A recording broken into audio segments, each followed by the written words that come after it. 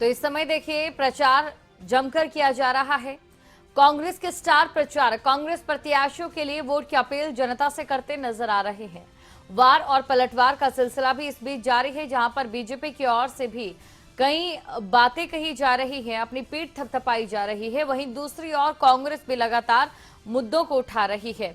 बात करते हैं सोलन की जुब्बल कोटखाई में प्रचार के सवाल पर बोले अनुराग ठाकुर, पार्टी चाहेगी तो प्रचार के लिए जाऊंगा जुब्बल कोटखाई। मंडी, फतेहपुर और अर्की में मैं चुनाव प्रचार कर चुका हूं। सोलन में थे अनुराग ठाकुर और यहां पर उन्होंने ये बयान दिया।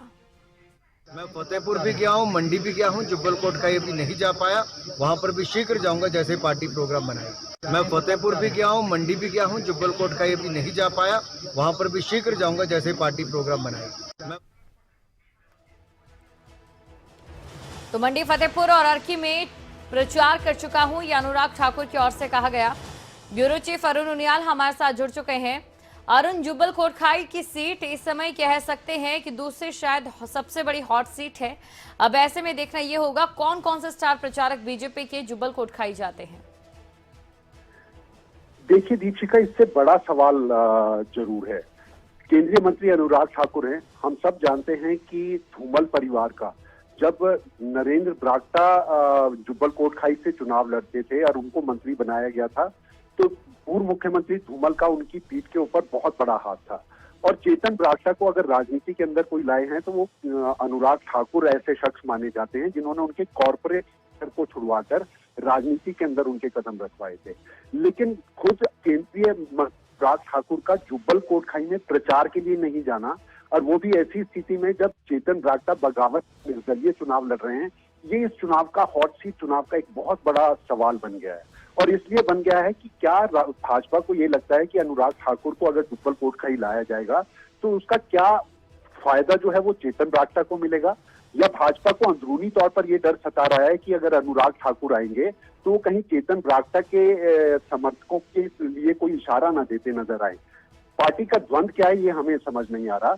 लेकिन खुद जब केंद्रीय मंत्री अनुराग ठाकुर ये बात कह रहे हैं कि पार्टी जब उन्हें कहेगी तो वो जुब्बल कोटखाई भी जाएंगे, फतेहपुर वो हो आए हैं, मंडी में उन्होंने चुनाव का कर लिया, अर्की तो वो 2 बार जो है प्रचार के अंदर आ चुके हैं।